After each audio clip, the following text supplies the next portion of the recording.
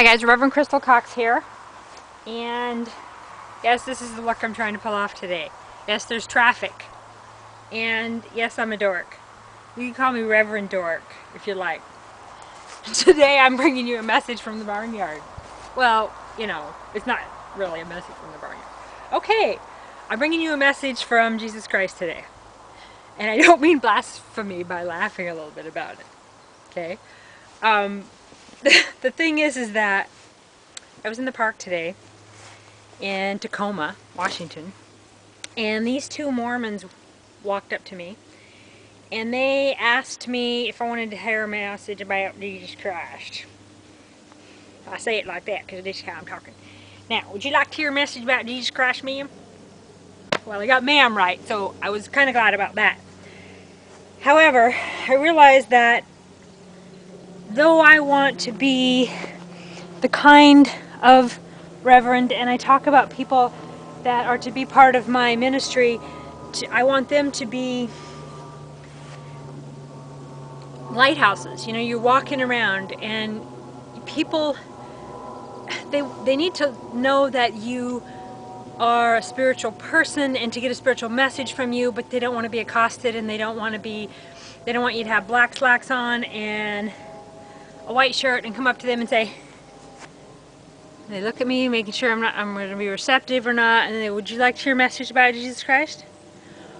Well, I wasn't exactly hostile. I just said no thank you. I was walking around taking pictures of amazing churches, and I was completely in that spiritual mood, and I was trying to vibrate really high, you know, and be really happy and spread a good message. I often say to people that the streets are my pulpit. My smile is my sermon. My body is my temple. You smiling at someone is bringing them the message of Jesus Christ. Holding the door for someone that has a bunch of packages is giving the message of Jesus Christ, right? You see someone that has dropped a bunch of things and they're under pressure, you know, there's traffic coming or things going on, you help them, you're giving a message of Jesus Christ. All right, you don't have to quote from the Bible, and you don't have to tell them what's wrong with their life or try to get them to come to your church. You are the sermon. And I kind of talk to people about you know, walking around looking like you're a reverend. Well, you want to fit in and you want to look how you look. And if you look like a dork like I do, then you want to look like a dork like I do.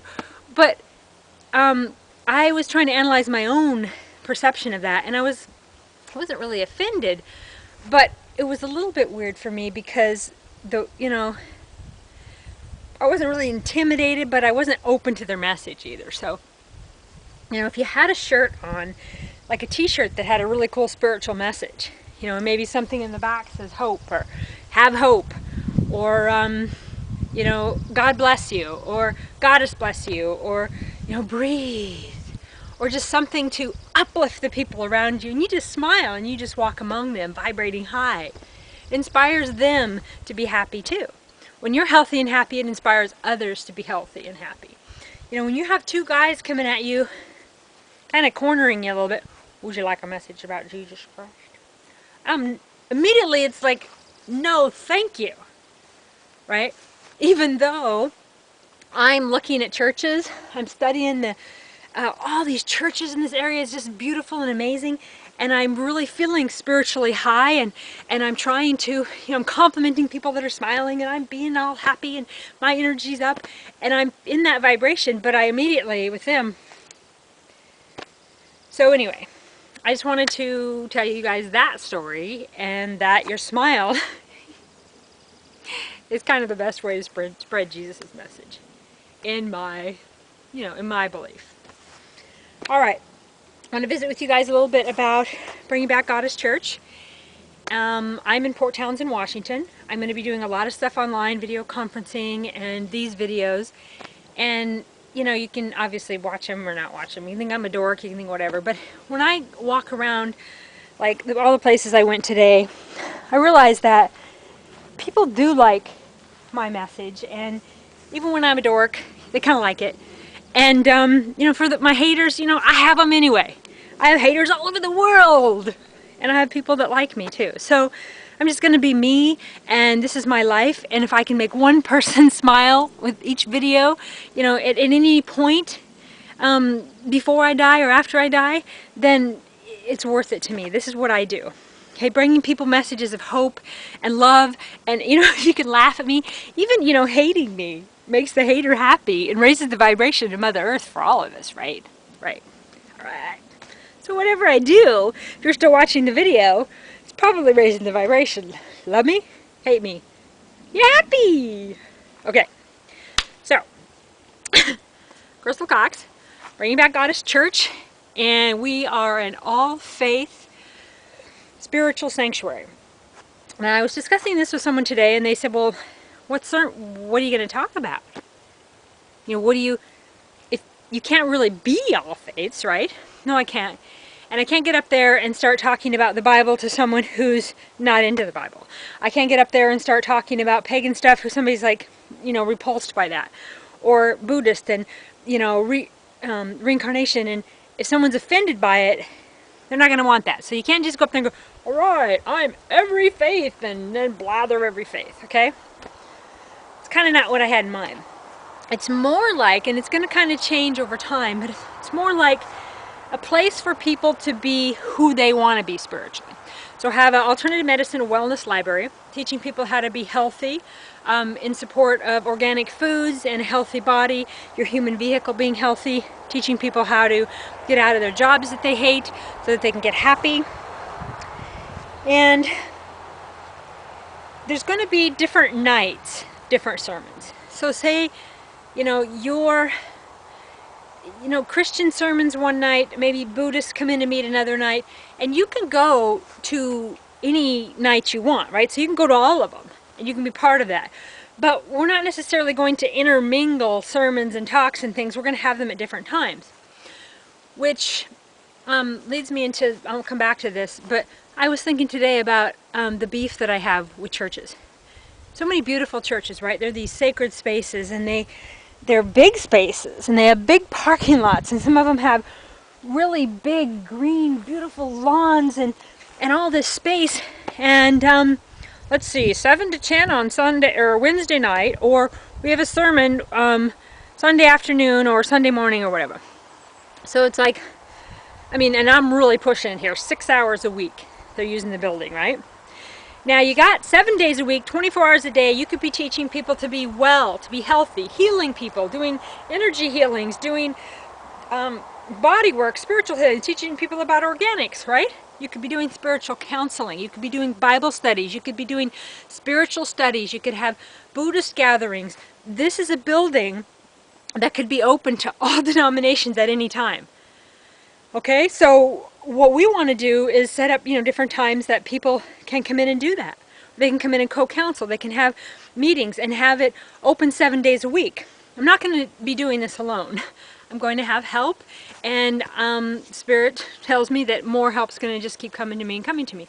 My intuition is really high now. I'm vibrating really high with what it is that I want to do.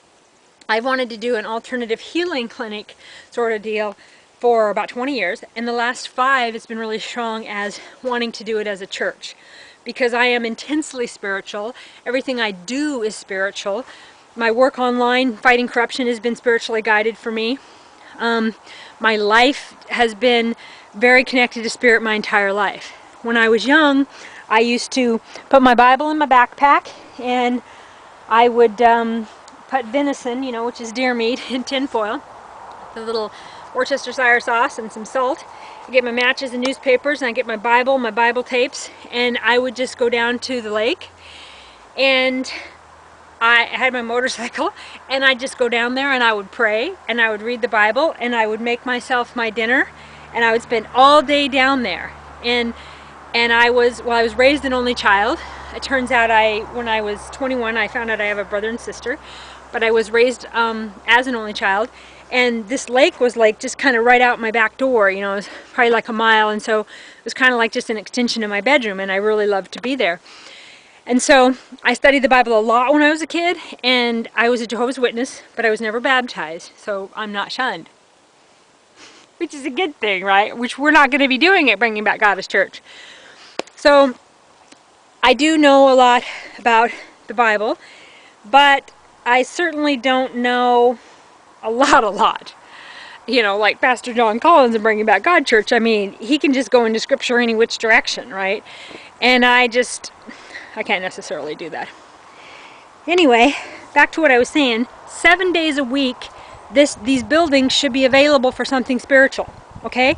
But if you're all into, you know, one true God, and this is the only way, and we're going to do a sermon this particular time, and we're going to collect your money and whatever, but yet these buildings are like tax exempt, and these buildings are taking up all this prime real estate, and there's nothing being done in them, right? Surely there's a need in the community for people to have a place to pray, you know, meditation rooms, spiritual libraries, and yeah, they can be manned all the time, because there's a lot of people out there, a lot of spiritual leaders out there right now who know this stuff and who need a platform to share it, to teach spiritual teachings.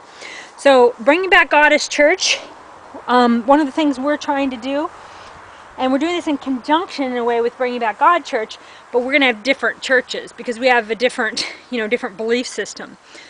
But we're all inclusive, so we're also into, you know, the evangelistic one true God sort of thing, because that's, you know, includes everything. But the idea of having places that are holy and sacred, places, you know, where people have prayed and people have hoped and dreamed, you know, for decades and decades and sometimes hundreds of years. In the United States, probably not a whole lot of that, but of keeping sacred sites sacred.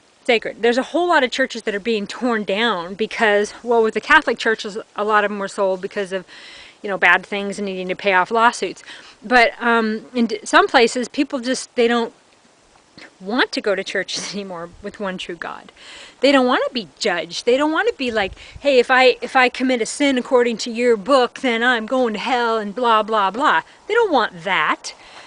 Okay? They don't want to be judged. They want to be loved. They want to be healed. They want to be nurtured. Okay? They intensely crave a spiritual connection. The thing is some of them don't even know where to begin. And in most towns, they only have like a Christian church that's very like, you got to do it this way and you got to do it that way, and you can't smoke and you can't cuss and you better not be having sex and you better be married if you are thinking about sex, and if you're thinking about sex, and you know, all of these rules. There's no rules. Your relationship to spirit is between you and spirit. There are no rules, okay? If you're doing something that's affecting someone else's life negatively, stop, okay?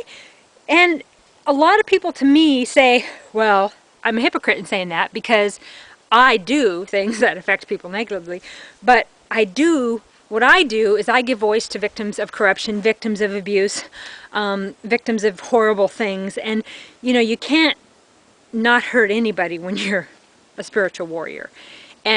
But that's not necessarily what I teach people to do, because people don't necessarily do what I do.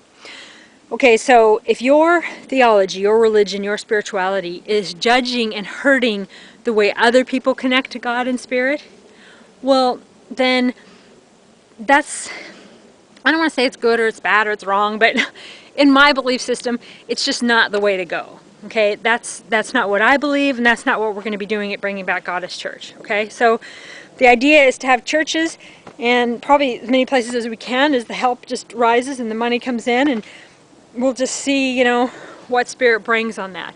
But the idea is to be open every single day. You know, someone needs to pray every day. Someone needs a place to meditate. Someone needs to get out of their house and go somewhere and know that they matter.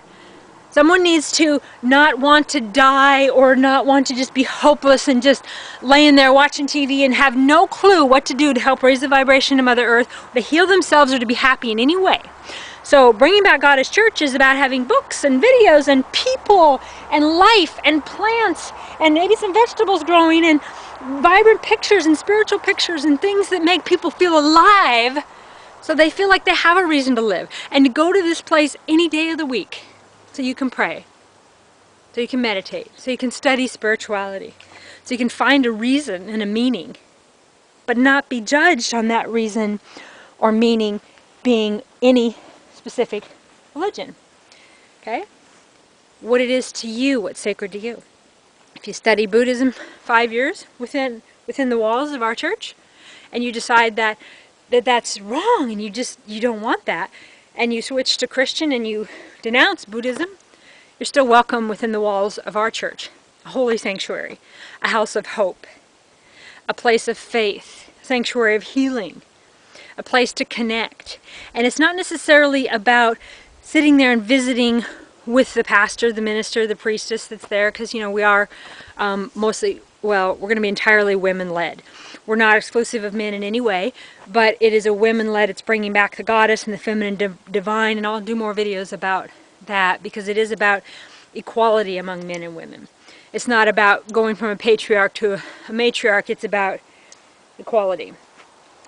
So anyway, it's not, as I was saying, it's not necessarily about just talking to this person. It's about you being shown tools to do in your own life, okay, in your own relationships, your relationship to your own body, to people, to your children, your relationship to spirit, because that is yours, okay? You can't get dependent on spiritual counseling all the time. You have to develop your own way. But you can't often do this, you know, your house when there's, well, I'm just giving examples of my world of growing up, you know, secondhand cigarette smoke and, you know, in NASCAR races blaring and people yelling and fighting and chaos everywhere. Where are you going to go to pray, right? You can, but